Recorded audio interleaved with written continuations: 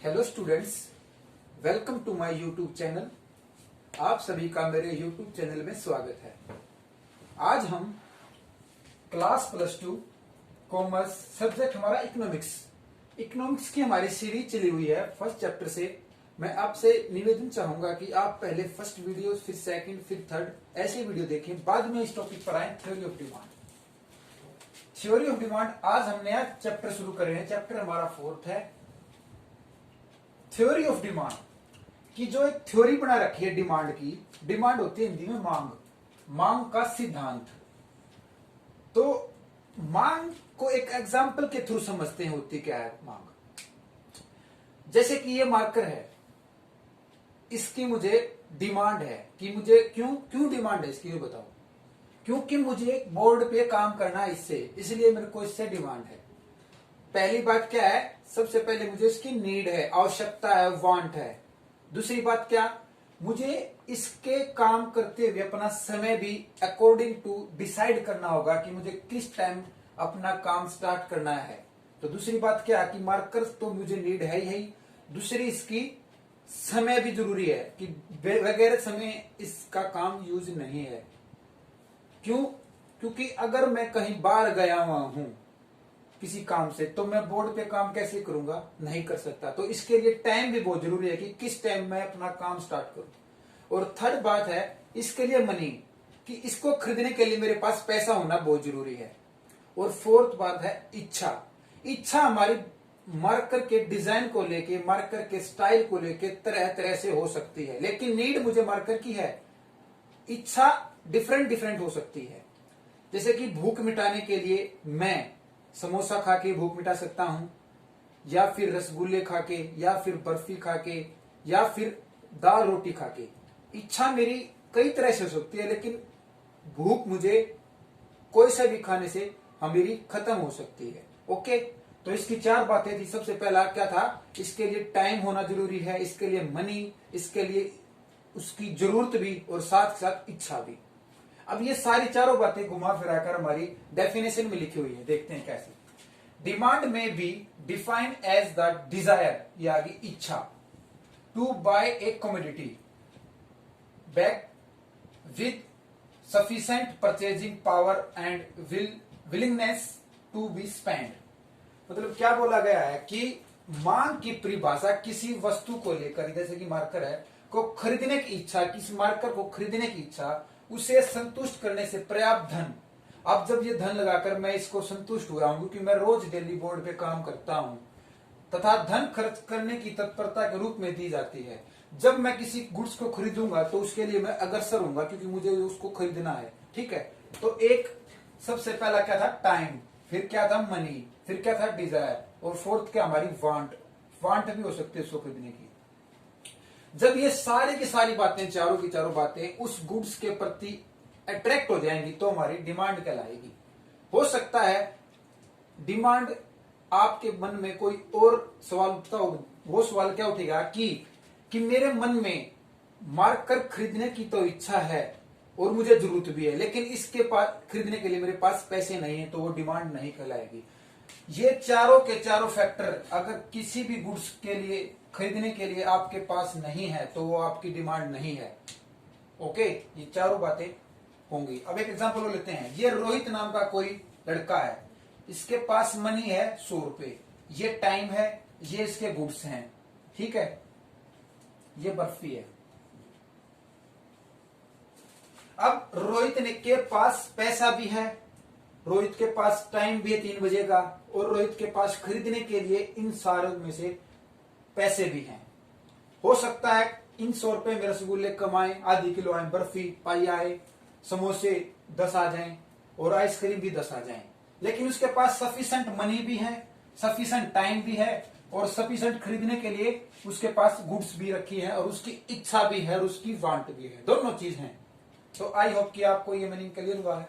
अब देखते हैं कि डिमांड के कुछ फंक्शंस हैं जो हमारे बोर्ड के एग्जाम में पूछा जा सकता है। इनमें से किसी के बारे में 1 नंबर में क्या, डिमांड फंक्शन, मांग का फलन क्या होता है।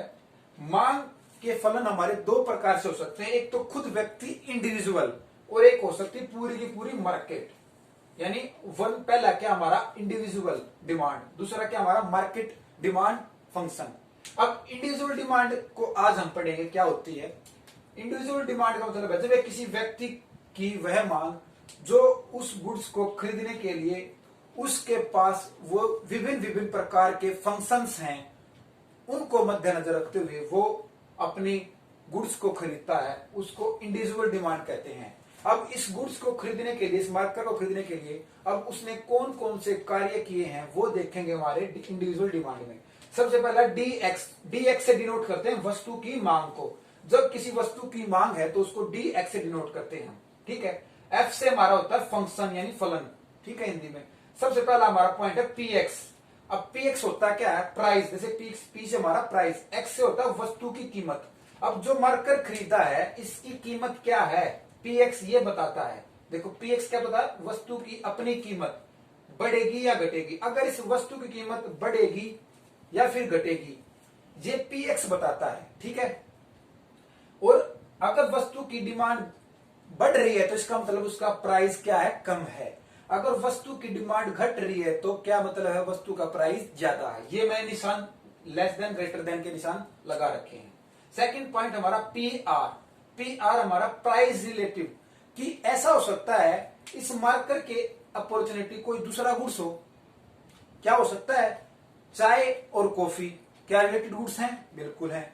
ये लिख रखा है चाय और कॉफी प्राइस रिलेटेड गुड्स को दो तरह से बांटा गया है। एक तो हमारा सब्स्टिट्यूट गुड्स और एक आता है कंप्लीमेंट्री, पूरा का पूरा उसमें उसी गुड्स के अलावा और कोई काम नहीं हो सकता उसके बगैर। इसमें सब्स्टिट्यूट में हो सकता है, जैसे कि अगर आप चाय और कॉफी, या अगर आप चाय पीते हैं, अगर चाय की डिमांड ज्यादा है तो क्या है, उसके प्राइस कम है।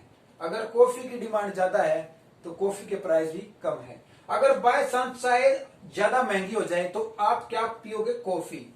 अगर कॉफी ज्यादा महंगी हो जाए तो आप क्या पियोगे, चाय। ये होता है सब्स्टिट्यूट किसी भी गुड्स का। अब देखो आप अगर टूथपेस्ट लेते हो, दंत कांति की, कोलगेट की, पेप्सोडेंट की, तीनों का काम क्या है, दांतों को साफ करना। हो सकता है आप उनमें से जिसका लो प्राइस है उसी को खरीदो, उसी को बोला जाता है price related to goods, substitute goods और कंप्लीमेंट्री। अब है कंप्लीमेंट्री। अगर इस मार्कर को चलाना है तो इसके लिए इंक जरूरी है, नहीं तो कुछ टाइम बाद ये खत्म हो जाएगा, नील हो जाएगा। इसी तरह अगर कार को चलाना तो पेट्रोल की नीड है, पेट्रोल हो सकता है, डीजल हो सकता है, पानी में कार नहीं चलेगी। तो ये हमारा कंप्लीमेंट्री गुड्स है। हमारा थर्ड क्या आता है, वाई। वाई से होता है बेटा कंज्यूमर की इनकम। अगर कोई भी उपभोक्ता किसी गुड्स को खरीदता है तो वो अपनी इनकम को देखते हुए, इनकम दीपक की हो सकती थी पूरे महीने की 10,000 रुपए, तो वो अपनी इनकम को ध्यान में रखते हुए पूरे महीने ही खर्चा इस हिसाब से करेगा ताकि उसकी इनकम बची भी रहे और उसका खर्चा भी हो जाए। दोनों बात वो ध्यान में रखेगा। इसके बाद है टी से टेस्ट। टेस्ट किसी भी मौसम के हिसाब से हो सकता है। जैसे कि गर्मी आती है तो हमें गर्म कपड़े चाहिए, गर्मी आती है तो हमें गर्मी के कपड़े, और सर्दी आती है तो हमें सर्दी कपड़े चाहते हैं। इसी तरह टेस्ट के हिसाब से, जैसे कि नेचुरल है कि गर्मियों में सब्जी कौन कौन सी बनती है और सर्दियों में सब्जी कौन कौन सी बनती है। जैसे सर्दियों में गाजर मटर बनती हैं और गर्मियों में आलू भिंडी ये बनती हैं। तो हो सकता है टेस्ट के हिसाब से भी डिमांड हमारी चेंज होती रहे। ये चेंज होने का कंसेप्ट बताया गया। और लास्ट हमारा एक्सेप्शन। एक्सेप्शन का मतलब है कि फ्यूचर में प्राइस बढ़ेगा या घटेगा, इसके बारे में हम सोच सकते हैं कि अगर हम आज मार्कर 100 लाके इकट्ठा कर ले, लेकिन हो सकता है फ्यूचर में इन मार्केट में इसका प्राइस कम हो जाए, तो ये एक्सेप्शन होती है कि हम सोचते हैं कि हो सकता है ये होगा और ये होगा नहीं।